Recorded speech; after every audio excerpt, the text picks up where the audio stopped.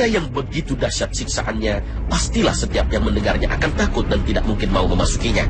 Tapi dorongan hawa nafsu dan godaan setan menjadikan ada saja manusia-manusia yang akhirnya menjadi penghuni tempat yang hina ini.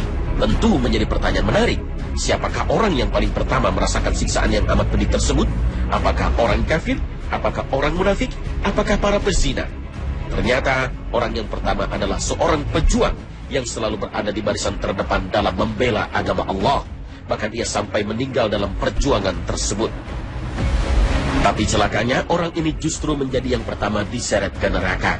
Meskipun ia mengaku bahwa seluruh perjuangannya adalah karena Allah dan untuk meninggikan kalimat Allah. Tapi Allah menyanggah pernyataan tersebut dan mengatakan bahwa semua perjuangan dan keberanian tersebut hanyalah demi mendapatkan pujian manusia, agar disebut pahlawan dan pejuang. Maka Allah memerintahkan malaikat untuk menyeretnya ke neraka. Orang berikutnya adalah orang yang berilmu, mengajarkan Al-Quran, dikenal sebagai orang saleh dan guru masyarakat. Ia mengklaim melakukan semua itu karena mengharap ridho Allah. Tapi Allah subhanahu wa ta'ala membantah klaim tersebut.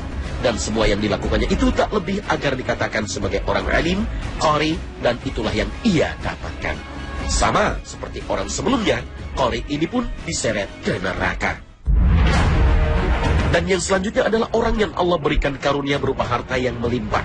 Dengan harta tersebut ia rajin bersedekah, berinfak di jalan Allah, membantu mereka yang sedang kesulitan dengan hartanya. Setidaknya seperti itulah pengakuannya ketika ditanya oleh Allah Azza wa Jalla. Tapi Allah mengatakan bahwa ia telah berbohong. Semua itu dilakukan tidak karena Allah, tapi karena mengharap pujian manusia, ingin dikatakan dermawan, orang baik, pemurah. Dan sama seperti dua orang tadi, Allah juga memerintahkan agar menyeretnya ke dalam neraka. Kisah ini diriwayatkan dalam hadis sahih oleh Imam Muslim. Selain tiga orang itu, neraka juga akan dihuni oleh orang-orang muslim yang dosanya lebih banyak daripada amal kebaikannya. Sedangkan orang-orang kafir dan musyrik juga pasti akan dimasukkan ke dalam neraka. Namun perbedaan antara seorang muslim dengan orang kafir dan musyrik adalah orang-orang muslim yang dosanya lebih banyak dibandingkan amal kebaikannya.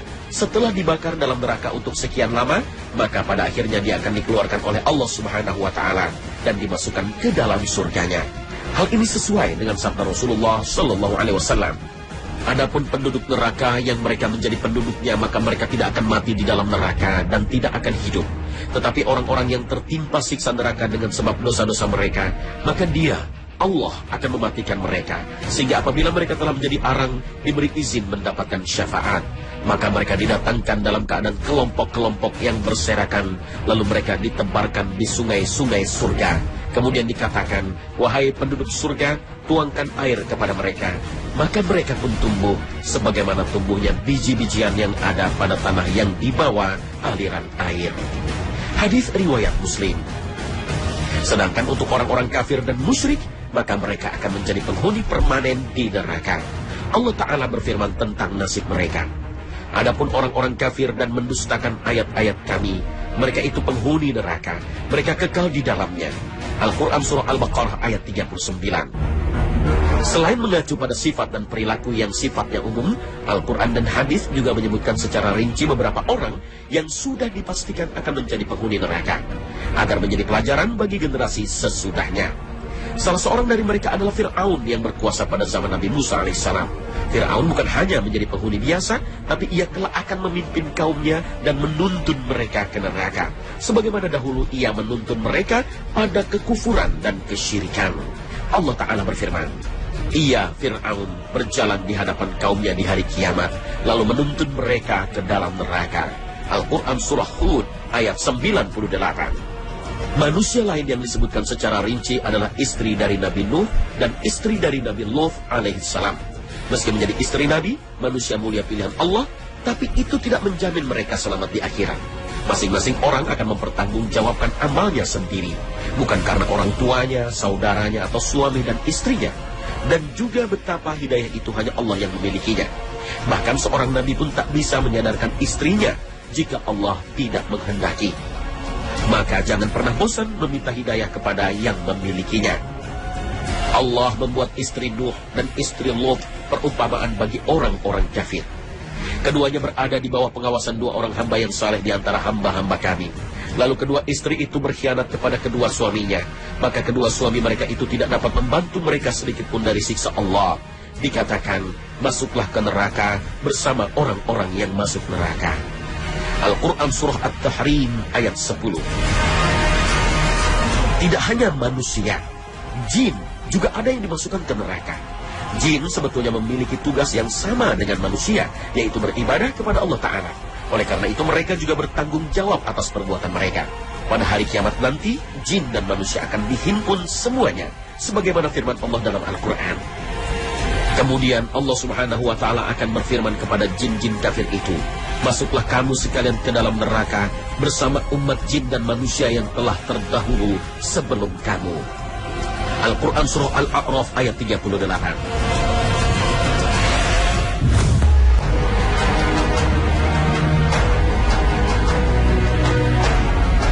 Ada hal yang harus diwaspadai. Menurut sejumlah riwayat, ada orang-orang yang paling duluan masuk neraka. Siapa dia? Pertama adalah pemimpin yang zalim. Karena kalau kita jadi pemimpin, jangan salah. Kalau kita itu sewenang-wenang, maka banyak orang yang menderita dengan kebijakan kita yang sewenang-wenang itu. Wajar kalau pemimpin yang zalim itu paling duluan masuk neraka. Kenapa? Terlalu banyak orang yang melaknat dia.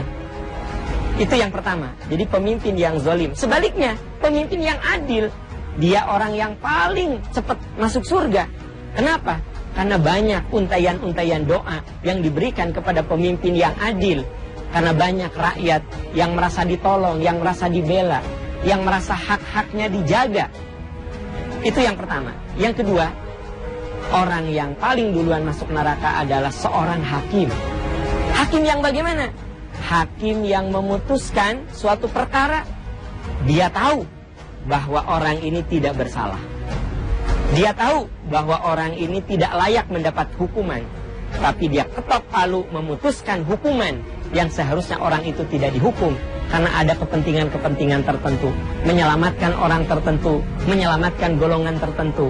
Maka hakim seperti ini orang yang paling duluan masuk neraka.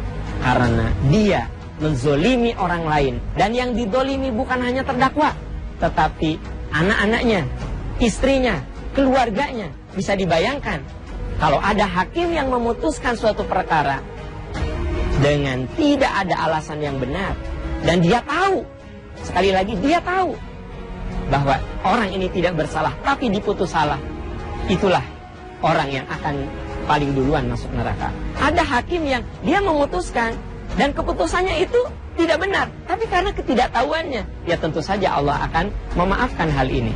Oleh sebab itu, ketika kita memutuskan satu perkara, apalagi itu menyangkut orang lain, kita harus berusaha seadil mungkin, sebijak mungkin.